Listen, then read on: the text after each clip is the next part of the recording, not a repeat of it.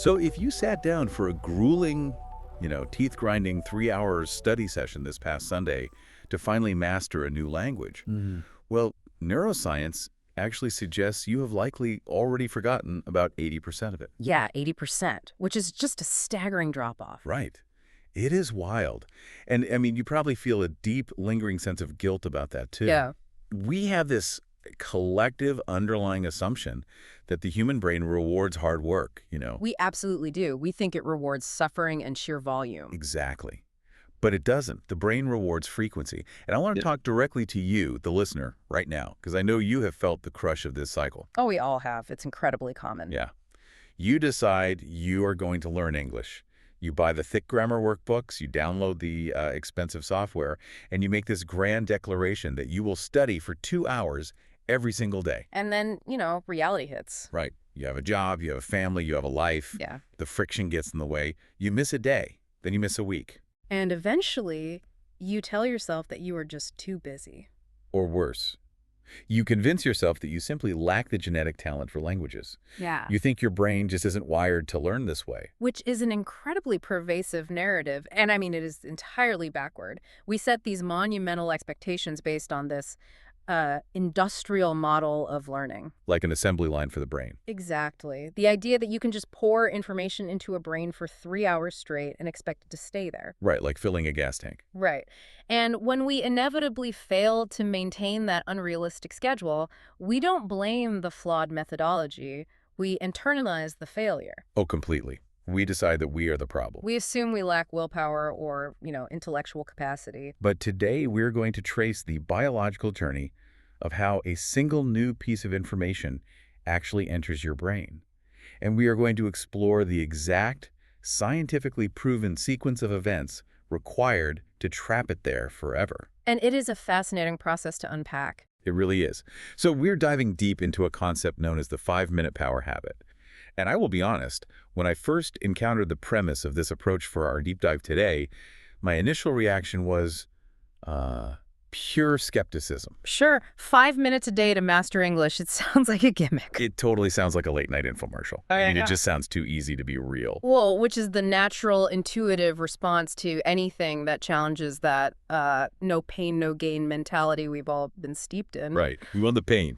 We do, but we are not talking about a clever little productivity hack here or some scheduling trick. We're talking about fundamentally aligning your behavior with human neurology. Which is the core of this whole deep dive. Exactly.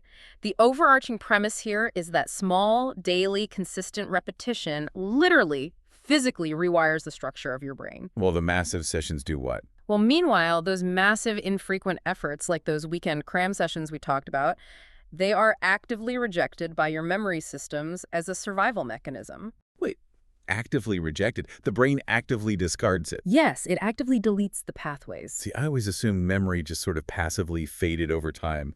Like an old photograph fading in the sun. I didn't realize it was an active biological rejection. Most people don't.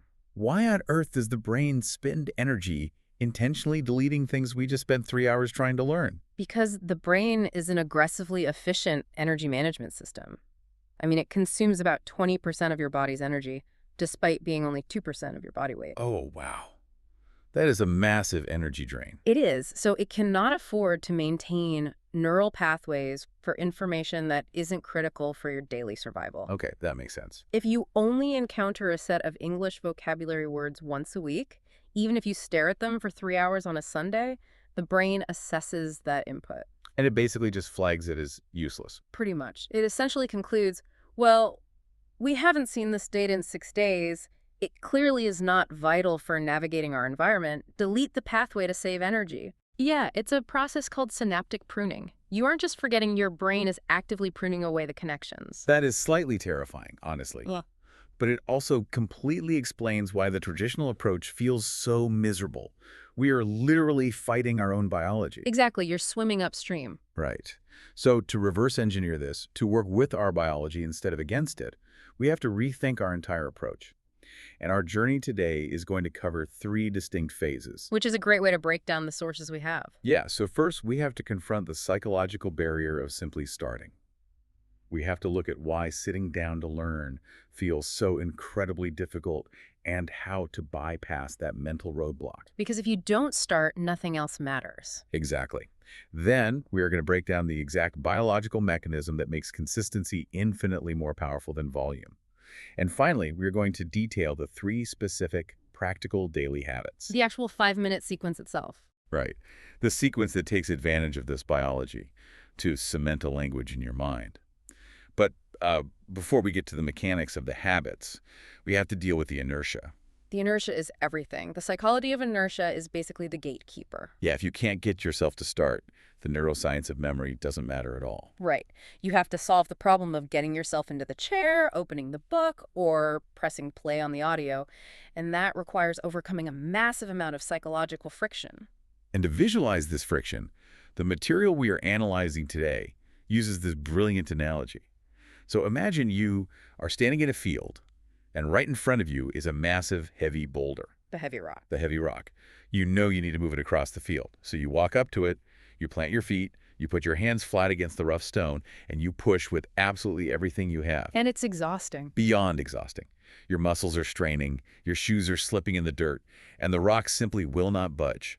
The sheer amount of effort required just to get it to move a single millimeter is monumental. It really is. And that agonizing, exhausting effort is exactly what it feels like to start a new study session. It's a perfect representation of activation energy.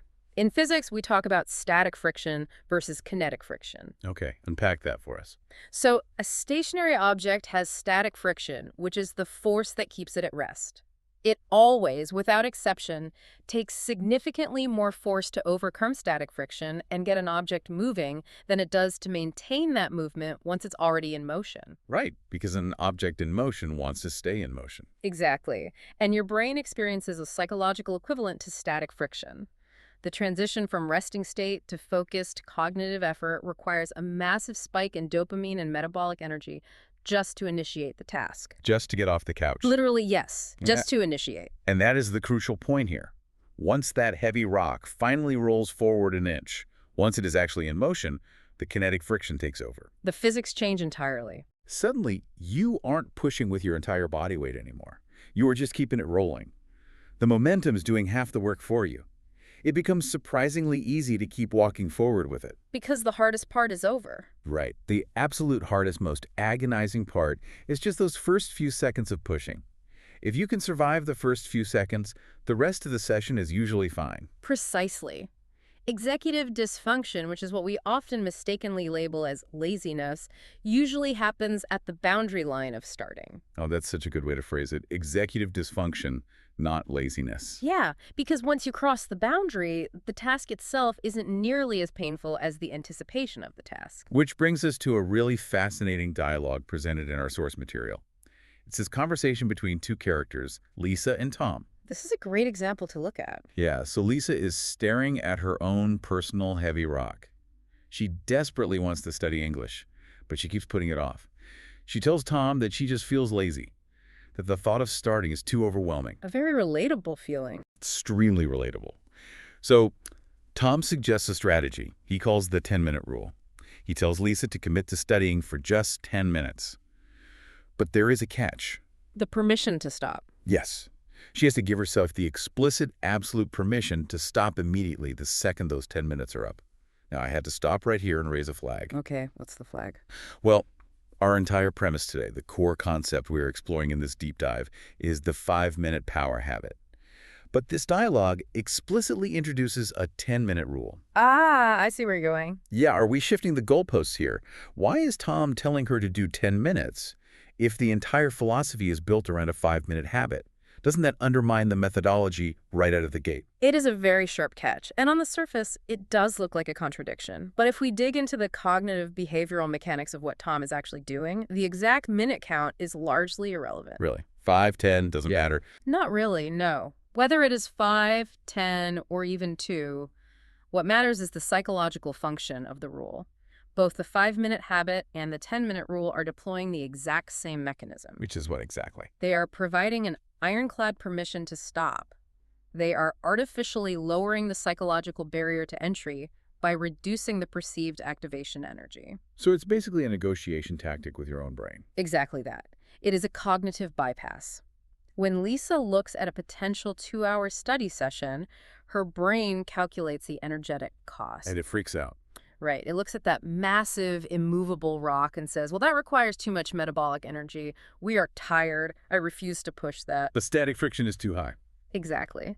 But when Tom introduces the rule, just do 10 minutes, and then you have my permission to quit completely guilt-free, he has suddenly shrunk the boulder down to the size of a pebble. Oh, I love that. A pebble. Yeah, her brain recalibrates and thinks, well, I have the energy to push a pebble. That's a low-cost investment.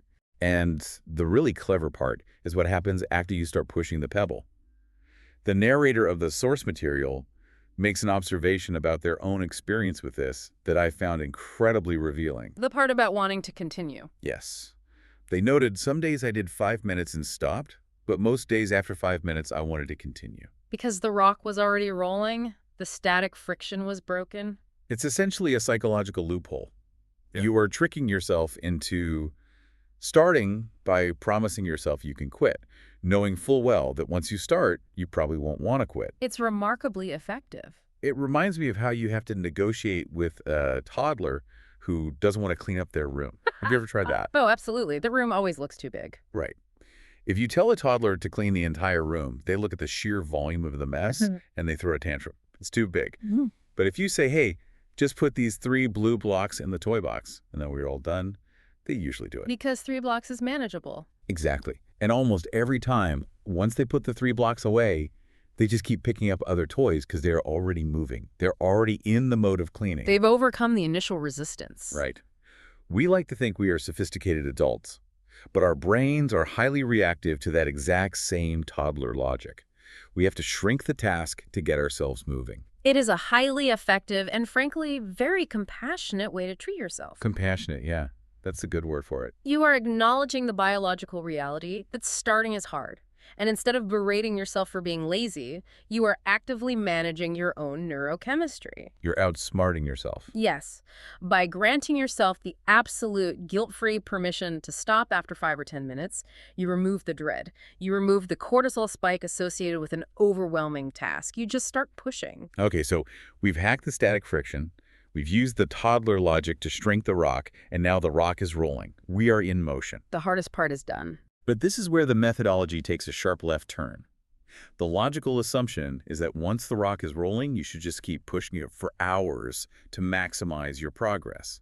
Why stop? Which is the trap most people fall into. Right. But to truly master a language, we have to understand why stopping at 5 or 10 minutes and then doing it again tomorrow is vastly superior to pushing forward for a marathon 2-hour session today. This brings us to the central thesis of the entire philosophy. Yes, this is where we pivot from the psychology of behavior to the deep biology of memory consolidation. The mechanics of how we actually remember things. The absolute golden rule we are operating under in this deep dive is this. How often you practice is infinitely more important than how much you practice. Consistency over volume, always. It cannot be overstated. And to explain why volume fails, our sources give us this beautifully simple botanical analogy. So imagine a seed, a tiny, fragile seed planted in a pot of soil. Okay, I'm picturing it. That seed represents your English brain, your budding capacity to understand and generate the language. To grow, that seed needs a little bit of water every single day, just a few drops. A very small amount, but consistently. Right. If you provide those few drops daily, the seed sprouts, the roots take hold, and the plant thrives. It grows slowly, but it grows with absolute certainty. Which is exactly what we want. Now imagine a different scenario. Yeah. You plant the seed, but you ignore it all week. Monday, Tuesday, Wednesday, Thursday, Friday, you give it 0 water. Not ideal. Soil turns to dust. The seed is parched. Then Saturday morning arrives, and you feel a massive wave of guilt. So you grab a giant 5-gallon bucket of water, and you dump the entire thing over the pot all at once. Right. What happens to the plant? Well, the plant dies. Instantly, right? Yes. Yeah. The sheer volume of water either washes the seed completely out of the soil or it drowns the fragile root system and causes it to rot. A biological entity cannot absorb a week's worth of nourishment in a single chaotic event. It dies. The analogy is stark. Your neural architecture for language is exactly like that plant. It is a living biological system. It operates under biological constraints. It cannot absorb a massive, violent flood of information all at once, no matter how badly you want it to. Yeah. The methodology argues that 5 minutes of nourishment every single day is biologically superior to a grueling 2-hour cram session on the weekend. And this maps perfectly onto what we know about long-term potentiation, or LTP. Oh, LTP, let's talk about that. Right. LTP is the process by which synaptic connections between neurons become stronger with frequent activation. When you engage with English for 5 minutes every day, you are sending a highly specific, recurring electrical signal through your neural networks. So it's about the frequency of the signal. Exactly. Your brain operates on an algorithmic priority system. When it detects a signal occurring with daily regularity, it flags that pathway. Like, hey, pay attention to this. Basically, yes. It essentially says, well, we are encountering this pattern every single diurnal cycle. This is critical for our environment. We need to reinforce this connection, add myelin to the nerve fibers to make the signal faster, and secure this data in long-term storage. So daily repetition is basically like painting a giant fluorescent target on the information so your brain knows not to throw it away. Exactly. Conversely, when you dump the 5-gallon bucket on your brain on Saturday, you create a massive spike in activity, but it's an isolated spike. So the brain doesn't trust it. Right. The brain processes it, perhaps stores a tiny fraction of it in short-term working memory, and then, as the days pass with no subsequent signals, the pruning process begins again. The brain says, that was an anomaly, we don't need this. Which perfectly sets up the next brilliant analogy provided in our source material. And this one struck a real chord with me. The broken cup? Yes, the broken cup. The narrator shares a personal anecdote about trying to learn a new skill. Not a language, but a different complex task. And they structured their learning the way most of us do. One intense hour, once a week. The classic weekend warrior approach. Right. And they described this deeply frustrating sensation of showing up week after week and feeling like they were starting over from absolute zero. They kept forgetting the foundational steps. Because the brain had reset? Yes. They compared the experience to pouring water into a broken cup. You spend an entire hour pouring water in, carefully filling the cup to the brim, but because there's a hole in the bottom, over the next 6 days, the water just steadily leaks out. It's such a visceral image. By the time you come back the next week, the cup is bone dry again. Because, as we established, a week is an eternity in the timeline of synaptic pruning. Right. The brain resets the environment. The hole in the cup isn't a defect. It is the brain's natural, healthy cleaning mechanism doing its job. It's just taking out the trash. Exactly. It is deleting the anomalous data. Right. But the breakthrough happens when the narrator shifts their approach. When they stop doing the 1-hour weekly session and shifted to a small daily habit, the cup miraculously repaired itself. The daily drops filled the hole. The water stayed. The small daily drops actually fixed the hole in the broken cup. And, as I was thinking about this, I couldn't help but visualize it a little differently. It made me think of trying to keep a balloon floating in the air. Oh, a balloon. How so? Think about it. That balloon represents your newly acquired language skills, right? You want to keep it elevated. Okay, yeah, I see where you're going. If you use the weekend cram method, Yeah. it's the equivalent of watching the balloon drift all the way down, wait until it's about an inch from hitting the floor, and then winding up and smacking it as hard as humanly possible. Just a massive spike of effort. A massive spike. You exert a huge amount of physical energy, you send the balloon rocketing up to the ceiling, Yeah. but then you walk out of the room for a week. What inevitably happens? Well, gravity takes over. Gravity takes over. The balloon drifts right back down and hits the floor anyway. The sheer violent force of your hit didn't change the laws of physics. It didn't change the fact that gravity wins over time. That is a highly illustrative way to frame it. The intensity of the initial input does not negate the decay rate over time. Exactly. But if you apply the daily method, the 5-minute power habit, it is like simply walking past the balloon and giving it a gentle, effortless little tap. Just a tap. Tap, tap. You are barely using any energy at all. It requires no sweat, no heavy breathing. Right. But because you are tapping it consistently, every single day, the balloon never touches the floor. It stays elevated. It stays perfectly afloat, hovering right there in the middle of the room. A gentle tap every day permanently defeats gravity. And that taps into the core efficiency of this method. You are utilizing the brain's own mechanisms to do the heavy lifting for you. You are using frequency to bypass the need for massive, exhausting intensity. So we have established the foundational laws of this methodology. We know we must trick the brain with the 10-minute rule to move the heavy rock, and overcome static friction. Right, get the rock moving. And we understand the biological imperative of the seed and the broken cup, that daily microdoses are the only way to signal the brain to retain the information. Consistency over volume. Right. So the logical burning question now is, what are we actually doing with those 5 minutes? What exactly are the drops of water we need to be putting into the pot? And this brings us to the highly actionable portion of our deep dive. The specific 3-part daily protocol. Let's look at core habit number 1. This is where we transition from theory to highly specific mechanical practice. Let's call this first habit the sponge effect. The protocol is defined clearly. Every single day, you must listen to one short piece of audio in English. Just one short piece. It could be a snippet of a podcast, a brief YouTube video, or a short story. But the non-negotiable constraint is that it must be 5 minutes or less. Strict time limit. Yes. And this is where the methodology introduces a rule that completely shattered my preconceptions of how studying works. It states emphatically that you do not need to understand what you are listening to. This is usually the part that confuses people. It confused me. You do not need to understand every word. You do not need to look up definitions. You simply need to let the physical sounds of the English language enter your ears. Just let the sound waves hit you. Right. And I mean, I have to be honest, if I were trying to learn Japanese right now and someone told me to just listen to 5 minutes of Japanese audio that I fundamentally did not understand, I would find that incredibly infuriating. Well, sure, it feels like a massive waste of time. Right. Because, like, if you don't understand it, how can you possibly be learning from it? It feels like a waste of time because we are conditioned to equate learning with active, conscious comprehension.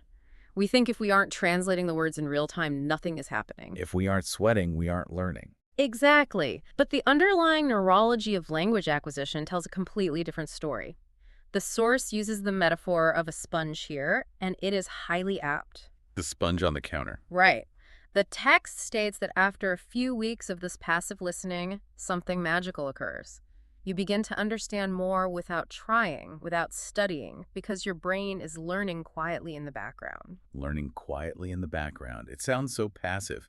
How is the brain doing that without my conscious permission? To understand this, we have to look at Stephen Krashen's theory of the affective filter, which is a foundational concept in linguistics. Okay, the affective filter. What is that? Think of the affective filter as an invisible neurological wall in your brain.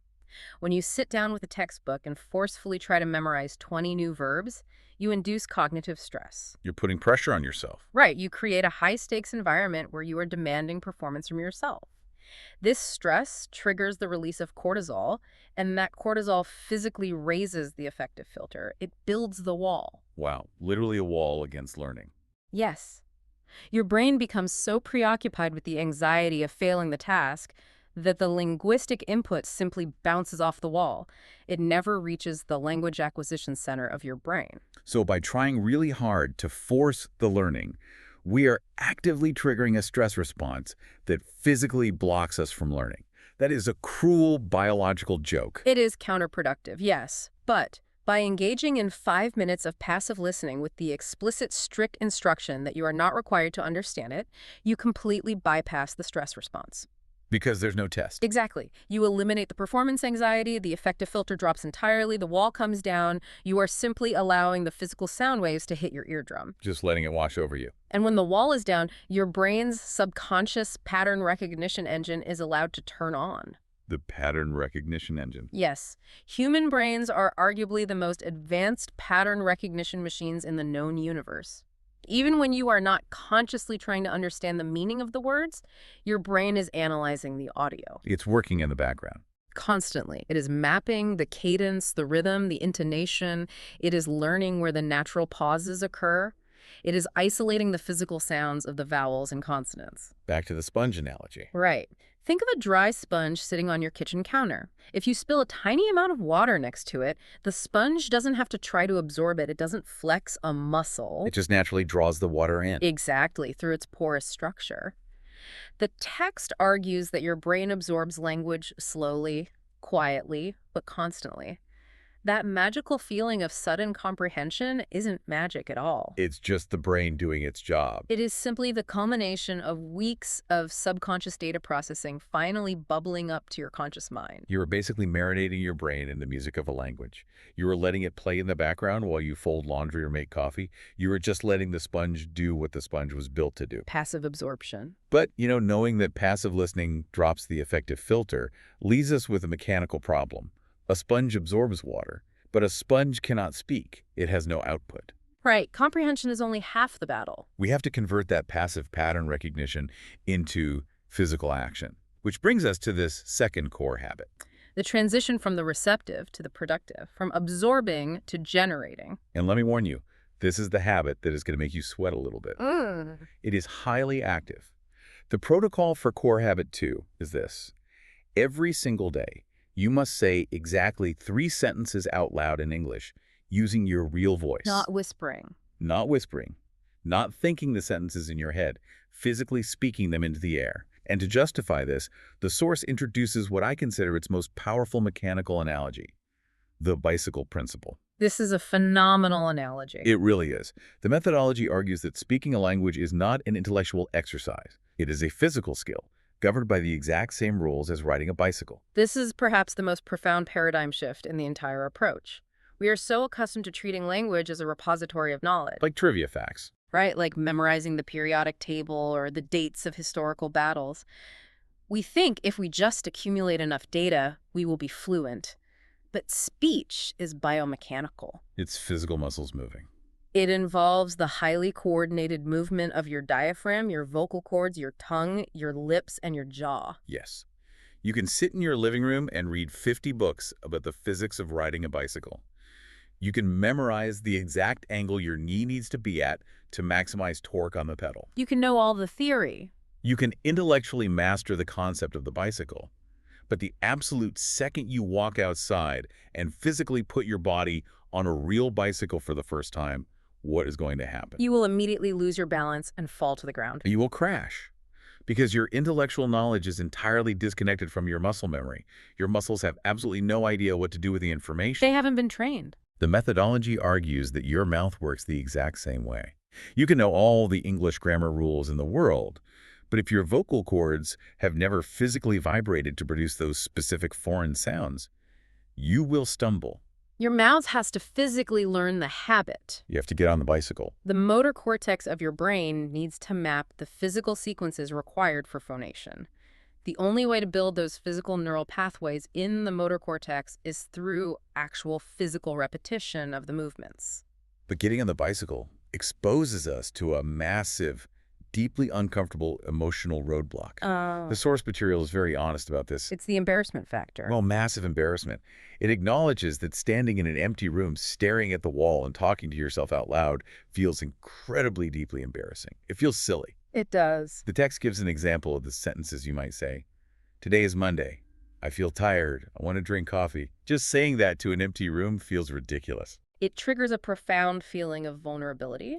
But what is highly valuable about the source material here is that it doesn't just tell you to get over it. Right. It doesn't just dismiss the feeling. No, it provides a psychological timeline.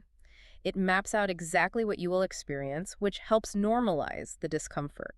Walk us through that timeline, because I think knowing that the embarrassment is a temporary biological phase is incredibly comforting for the listener. The timeline is very clear. In week 1, the text states you will feel embarrassed. You will feel strange, your mouth will feel clumsy, and the sounds will feel unnatural. That's the wobbling on the bike. Exactly. This is the exact equivalent of wobbling on the bicycle and feeling like a fool. You are experiencing the friction of a new motor pattern. But the methodology promises that if you push through that initial friction, if you can just survive a few days of feeling silly, saying your 3 sentences, a profound neurological shift occurs by month 1. The 30 days. By the end of 30 days, you will find yourself talking to yourself in English naturally, almost involuntarily. Because the physical act of speaking is no longer a crisis for the brain. Precisely. The text notes that by month 1, your voice will have gotten comfortable. And if we look at the specific vocabulary section provided at the end of the source material, it defines comfortable in a very specific way. Feeling easy and relaxed. Right. The physical act of generating the sounds is no longer triggering the stress response. Your motor cortex has mapped the movements. Your muscles know how to balance the bike. And this is a massive point. The goal of these 3 sentences is not grammatical perfection. You aren't being graded. Nobody's listening. Exactly. The goal is simply to get comfortable with the physical vibration of your own voice speaking the language. Once your physical voice feels easy and relaxed in an empty room, the barrier to having an actual conversation with a real human being drops to near zero. Because the physical panic is gone. Right. You've already proven to your own nervous system that you can physically make the sounds without panicking. You are isolating the physical skill from the social pressure, mastering it in a safe environment, and then integrating it later. Okay, so we are passively listening to drop the affective filter and absorb the rhythm like a sponge. We are actively speaking 3 sentences out loud every day to train the motor cortex and learn to balance the bicycle. The receptive and the productive. But there is a missing link here. To construct those 3 sentences, we need raw material. We need the actual building blocks of the language. We need the semantic data, the vocabulary. Which brings us to core habit number 3, the wood and nail approach. This dictates exactly how we should acquire those building blocks. And the rule here is almost shockingly minimalistic. It really is. The micro quota set by the methodology is to learn exactly 1 new word a day. Not 10 words, not a massive stack of 20 flashcards, just 1 single word. Again, we see the absolute adherence for the principle of consistency over volume. A quota of 1 word is so low that it removes all potential excuses. You can't be too busy for 1 word. You cannot be too busy to learn 1 word. But the text highlights the math behind this, the compound effect, which proves that it isn't too small to matter. 1 word a day is 365 new words in a single year. That's a huge vocabulary. Right. If you possess a core vocabulary of 365 high-frequency words, you can actually navigate a massive amount of daily life in a foreign country. You have enough raw material to communicate basic needs, ask questions, and understand context. It is a highly functional vocabulary. It is substantial. However, there is a very rigid caveat attached to this specific habit. Yes, the absolute requirement, the non-negotiable rule of the nail. The methodology explicitly forbids you from simply reading a word in a dictionary, nodding your head, and claiming you have learned it. That does not count. It does not count. To fulfill the daily habit, you must actively use the word. You have to write it down in a sentence, speak it out loud in context, or try to use it in a conversation. You have to generate it. And to explain the neuroscience of why this rule is absolute, the text gives us the analogy of the wood and the nail. It is a brilliant visualization of how memory encoding actually works. Let's unpack the mechanics of it. Yeah. Imagine you have a thick piece of wood, and you have an iron nail. The piece of wood represents your long-term memory, the physical structure of your brain. The iron nail represents the new vocabulary word. Okay, I see the setup. If you just read the word on a screen or look at the translation, if you just passively recognize it, it is the equivalent of taking that iron nail and gently resting it on top of the piece of wood. Just setting it there. Right, it is sitting there. It looks like it is attached. Right. But what happens if you bump the table? What happens if a breeze blows through the room? The nail immediately falls off. There was no penetration. There was no secure attachment to the structure. It vanishes. It falls right out of your brain the absolute second you get distracted by an email or a notification on your phone. Because passive recognition requires almost zero cognitive effort. It creates almost zero neural anchoring. The pathway isn't established. But when you actively use the word in a sentence, when you force your brain to recall the definition, wrap grammatical structure around it, and physically write it or speak it, that immense cognitive effort is the act of picking up a hammer and violently driving the nail deep into the wood. In cognitive psychology, we call this the generation effect. The generation effect. Yes. Information is better remembered if it is actively generated from your own mind, rather than simply read passively. By forcing yourself to construct a sentence around the word, you are connecting it to your existing semantic networks. You're weaving it in. You are building multiple intersecting neural pathways to that single piece of data. You are attaching a physical motor action writing or speaking to the conceptual definition. You are anchoring it deeply into the wood. as the text says, push the nail in. You can't just put it on top and hope it stays. Yeah. To really drive this concept home, let's look at the specific vocabulary words that were provided as a mini lesson at the end of the source material. It's a perfect opportunity to see how we can hammer these specific nails. It's a very meta application of the theory. Let's do it. The first word they highlight is habit, defined as something done again and again. The sentence could be, my new habit is practicing English for 5 minutes every morning. The second word is absorb, taking in slowly. The sponge absorbs the water. The third word is repetition, doing something again to aid memory. Repetition is how you fix the broken cup.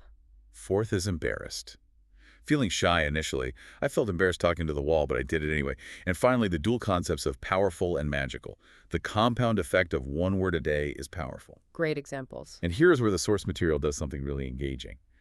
After defining these words, it issues a direct challenge to the reader to use one of them in a sentence right then and there. Putting it into practice immediately. And I want to issue that exact same challenge to you, our listener, right now. No matter what you are doing, driving, cooking, walking the dog, pick one of those words, habit, absorb, repetition.